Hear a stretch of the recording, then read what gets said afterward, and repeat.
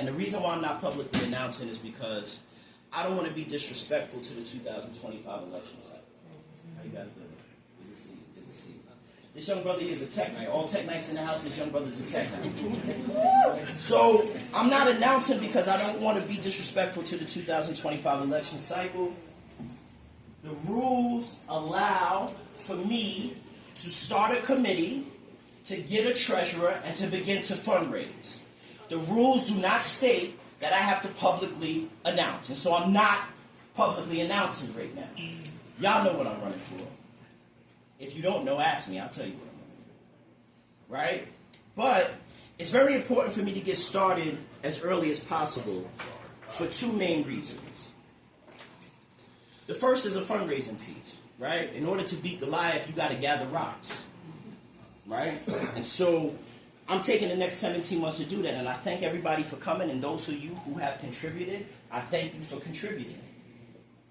And I'm going to ask you to contribute again, right? But really, I thank you for that. So the first reason, obviously, is to begin to fundraise and begin to build a base where I can compete. But the second reason is the real reason. The second reason is I don't believe people look at the political system the way they should look at it, particularly state legislative seats. I'm explaining it to you.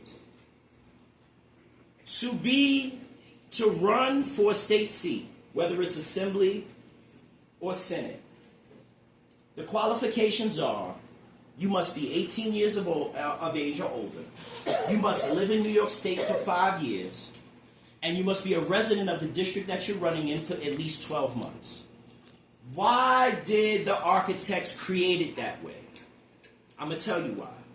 There's no term limits for Senate or Assembly, right? The people that architected the system, their intent was that community would rise up servant leaders out of themselves, and that there would be a constant conversation in community about your needs, your sensibilities, what you like, what you don't like, what you want, what you don't want, and then that person would go up to Albany and that person would speak on your behalf. When they're sitting in the seat, they're speaking for Osei, they're speaking for Jada, they're not speaking for themselves. They are not they're not the shit. It's not main character syndrome. The person in that seat reflects all of us and our needs, right?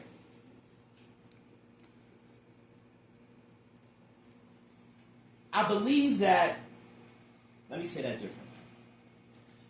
I think it's time from a community standpoint that we take up this practice a little bit different.